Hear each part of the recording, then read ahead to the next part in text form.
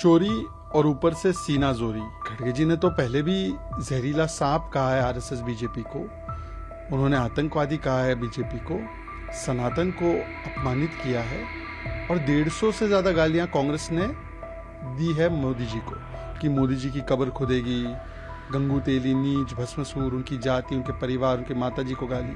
Congress party मोहब्बत की दुकान है या ये संविधान का अपमान और नफरत के भाईजान है?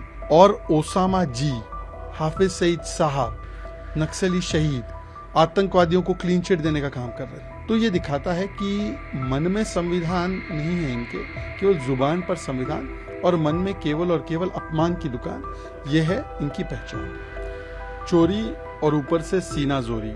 एक तो खड़गे जी ने जो शब्द इस्तेमाल किए प्रधानमंत्री मोदी जी के लिए, उनको आतंकवादी कहा, उसके बाद ये लोग विक्टिम कार्ड, डाइवर्जन कार्ड खेलने में लग गए और इसीलिए कहते हैं कि हमने टेररिस्ट कहा ही नहीं। अरे पूरी दुनिया ने वीडियो देख लिया, अब बोलते टेरराइजिंग कहा और फिर उल्टा चोर कोतवाल को डांटे। इलेक्शन कमीशन को कहते हैं कि सिर्फ 24 घंटे दिए, आपने उसको नोटिस नहीं दिया, आपने उनको नोटिस नहीं दिया।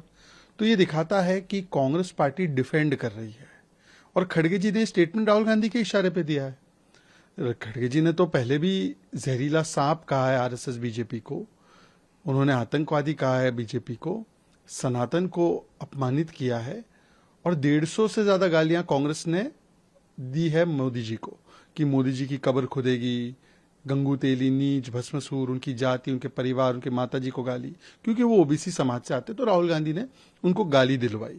अब सवाल ये बनता है कि क्या कांग्रेस पार्टी मोहब्बत की दुकान है या ये संविधान का अपमान और नफरत के भाईजान है? और इसका जवाब स्पष्ट मिल गया है। जनता को गाली दी गई है और वो भी पहलगाम की जब बरसी थी तब देश के प्रधानमंत्री को आतंकवादी बोल रहे थे और ओसामा जी, हाफिज सईद साहब, नक्सली शहीद, आतंकवादियों को क्लीन चिट देने का काम कर रहे थे। तो ये कांग्रेस की मानसिकता है, उनके ऊपर कार्रवाई होनी चाहिए। ये डबल झटका है केजरीवाल जी और उनके प्रोपेगेंडा पर।